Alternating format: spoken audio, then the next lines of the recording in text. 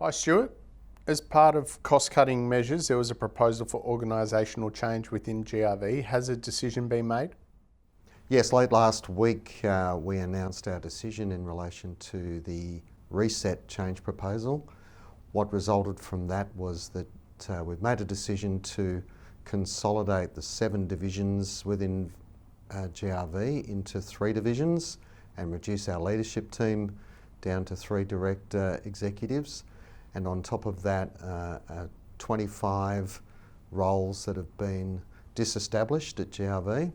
And throughout that process has been consideration of the consultation that we've undertaken with our staff and with unions in accordance with our enterprise agreement. So we've landed on that decision. Mostly this is about trying to reduce costs in addition to our other costs that we've already been able to take out of the business. It will set GRV up into the future to be able to be more sustainable and more efficient and address the downturn in revenue that we've been experiencing over the last 18 months. What I would say to everyone in the industry is please respect the people. It's never good to be announcing job losses.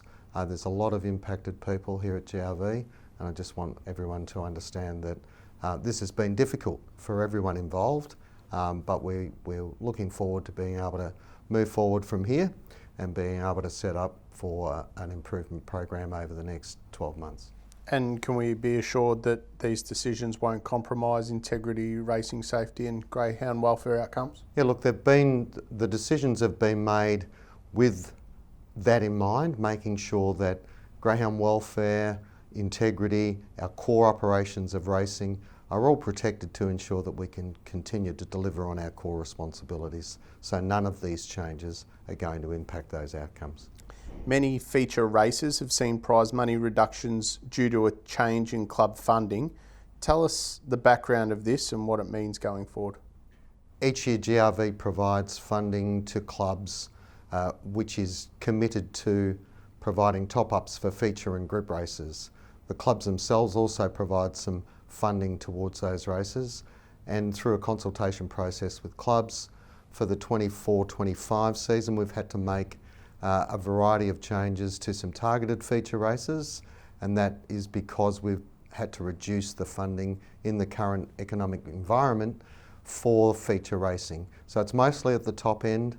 Clubs themselves, despite the reduction, some clubs have been able to and will continue to top up their feature races from their own resources, from their own funds, and that's to ensure that we can continue to maintain Victorian greyhound racing's preeminence in our feature race programs. They're mostly, as I said, at the top end, and I really want to thank the clubs for working with us on how we can implement those changes. Some clubs are still considering their position, both city and country clubs, as to just which races they might continue or add additional prize money to out of their own funds.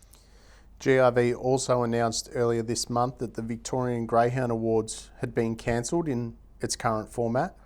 Why has that decision been made? Well, look, in the current environment, it's probably not appropriate nor financially prudent to be conducting the awards night in the gala format that we'd previously been doing it over the last few years. It's been a great night, but it's very expensive. So we have had a look at this.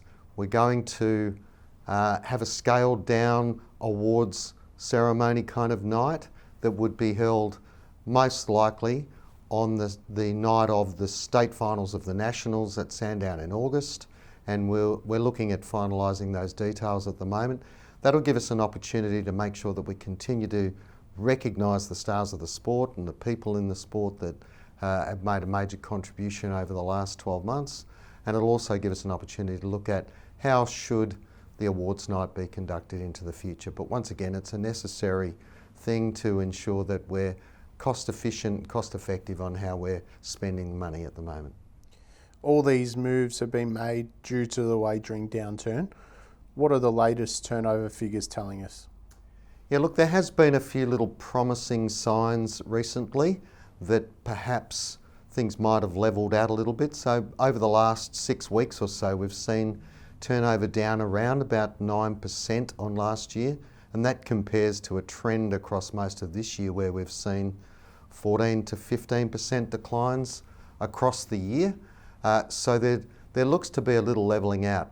Having said that, I think economically we still know that household disposable income and discretionary income that people have to spend on wagering is still somewhat under pressure.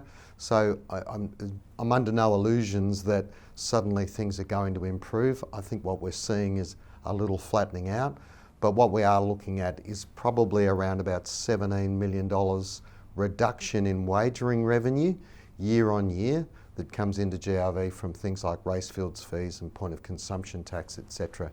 So that's really, I guess there are some reasonably encouraging signs recently, and hopefully we've seen a levelling out. There was a recent survey of participants conducted seeking their views on travel and starters payments. What's been the outcome of that?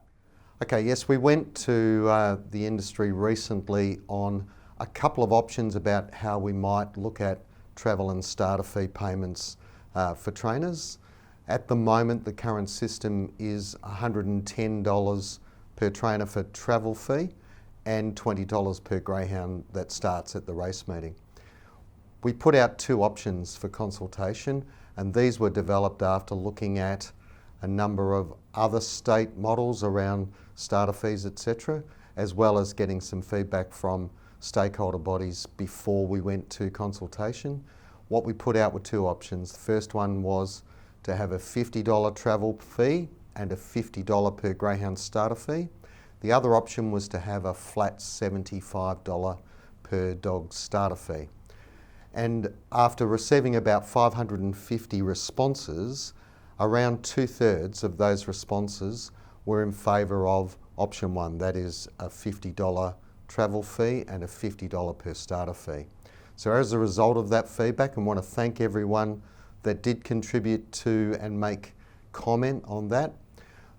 We will move to, from the 1st of July, the $50 travel fee and $50 starter fee per greyhound. Under that model, if you have two runners at a race meeting, if a trainer had two runners at a race meeting, they're basically square with the arrangement now. If they had three, they'll be slightly better off. That whole scenario around what we had to look at there also generated some comments from people about they'd like to see us try and control for where there are multiple trainers claiming a travel fee where they're training from the one training establishment. That's not to say that that's not genuine in terms of the trainers, etc., but people do want to see us address that, and we're looking at options for how that might be addressed in the future. But from 1st of July, it will change to $50 and $50. There were some issues at Traralgon with the Safe Chase lure failing last Friday night, which led to the abandonment of several races. What's the latest with that issue?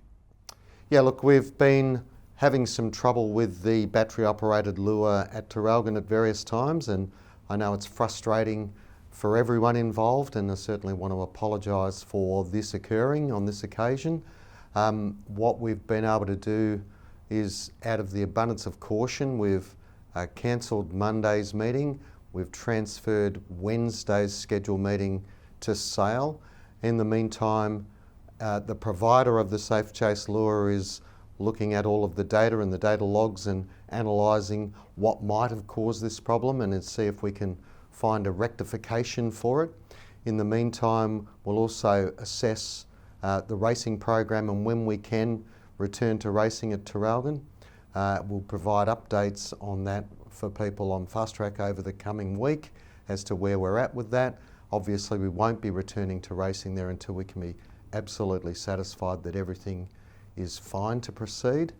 In the meantime, we're also having a look at what would it take to perhaps even go back to a conventional cable lure system. Obviously, that's a bit more complicated at Traralgon than at other venues. That will require some engineering work. It's not a short or simple task, but we're having a serious look at that at the moment as well. And on the track, we had the Pink Diamond Finals at Shepparton recently. Yeah, look, the Pink Diamond Breeders Series, which is for Victorian bred greyhounds, which of course provides opportunities for greyhounds of many different abilities across the state, where they competed in the series with the finals at Shepparton, over $560,000 in prize money and bonuses that night at Shepparton. It was a terrific night's racing, great opportunities across various different distances and grades, and we had a variety of winners from all over the state, owners, breeders, trainers of all different levels being involved in that night and having great success. So the series has been going for a few years now, and it's really become something that people do target, and it's much sought after series. So we're really pleased with the way that went.